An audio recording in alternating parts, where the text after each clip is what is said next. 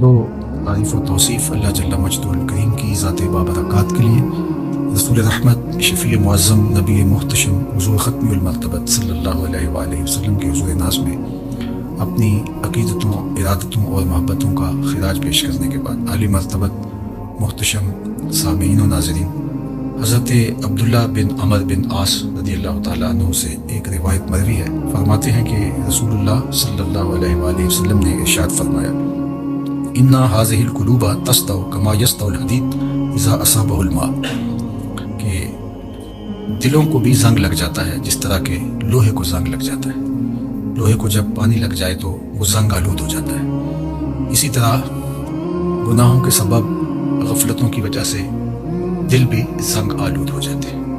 اللہ تعالیٰ ہمارے دلوں کو زنگ آلود ہونے سے محفوظ فرمائے۔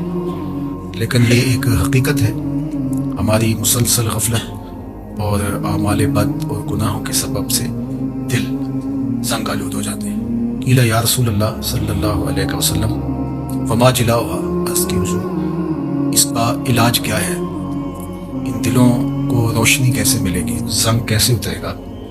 دل اجلے کیسے ہوں گے؟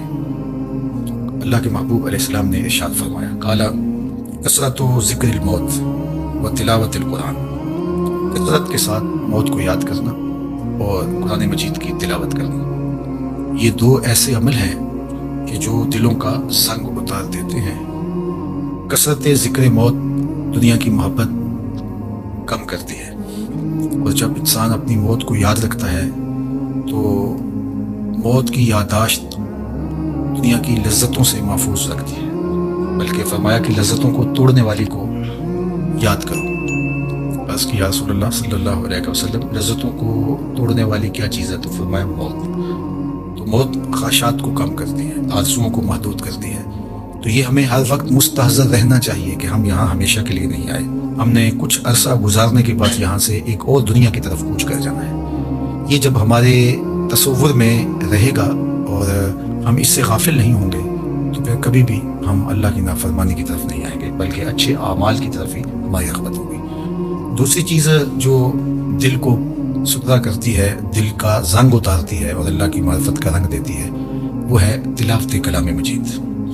تلاوت کلام مجید اللہ جل شانہ کا ایک ایسا انعام ہے اس امت کو جو دیا گیا، جو ہم راتوں کی تنہائیوں میں اور دن کے اجالوں میں کرتے ہیں۔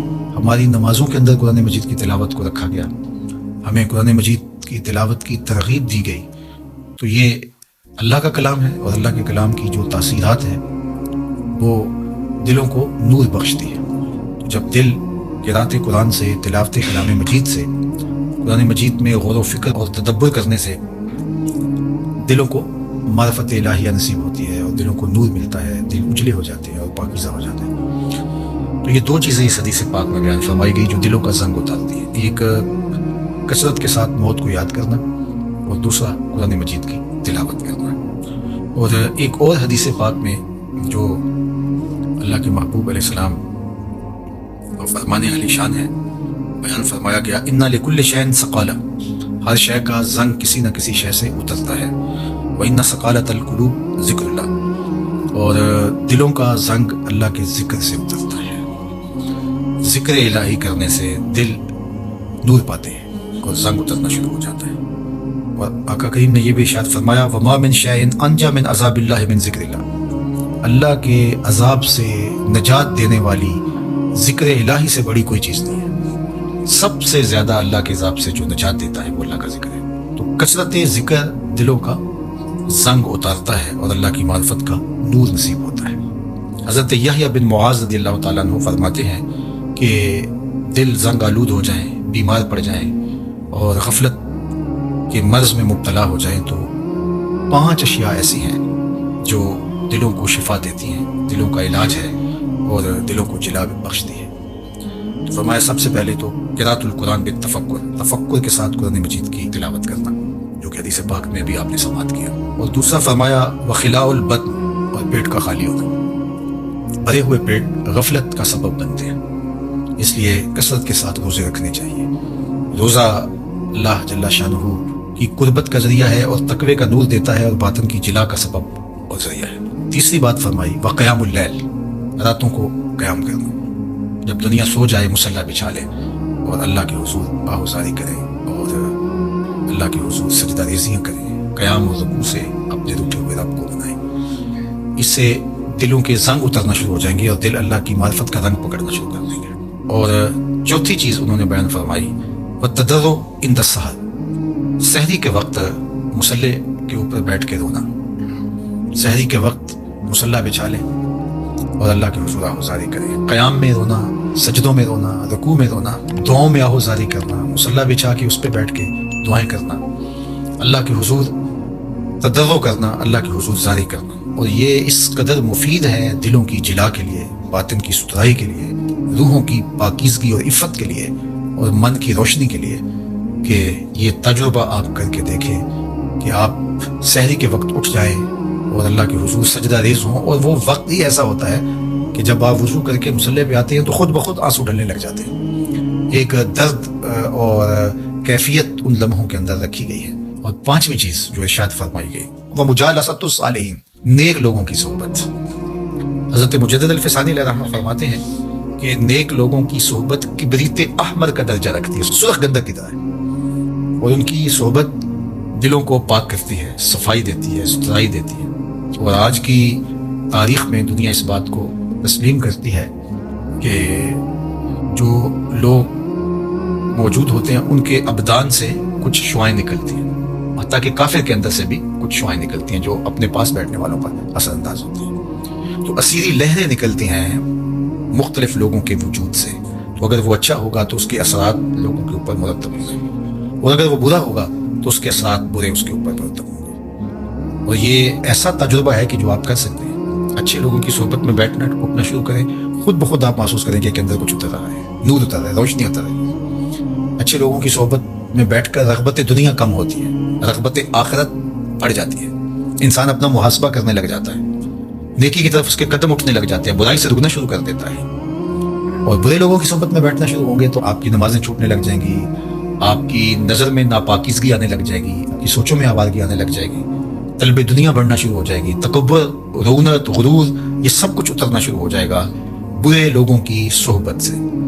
اس لیے برے لوگوں کی صحبت سے ایسے بھاگا جائے جیسے کسی موذی جانور سے بھاگا جاتا ہے۔ رومی نے تو کیا خوب کہا کہ تا توانی دور شو از یار بد، یار بد بدتر بود از مار بد، کہا جہاں تک ممکن ہو برے یار سے دور رہے، اور پھر فرمایا کہ برا یار برے سانپ سے بھی برا ہے۔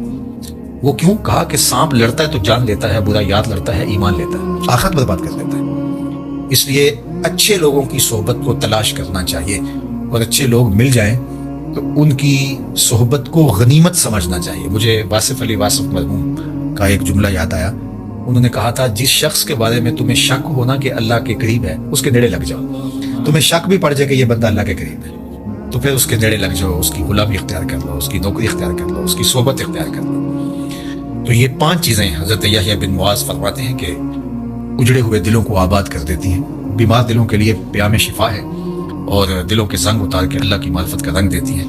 اور ان میں سے قراءۃ القرآن بالتفکر، دوسرا خلاء الباطن، تیسرا قیام اللیل، اور چوتھا التضرع عند السحر، اور 5واں مجالسۃ الصالحین، نیک لوگوں کی مجلس صحبت۔ میاں صاحب نے بھی کہا تھا صحبت مجلس پیر میرے دی بہتر نفل نمازوں، ہک ہک سخن شریف سونے دا کردہ ماہر برازوں۔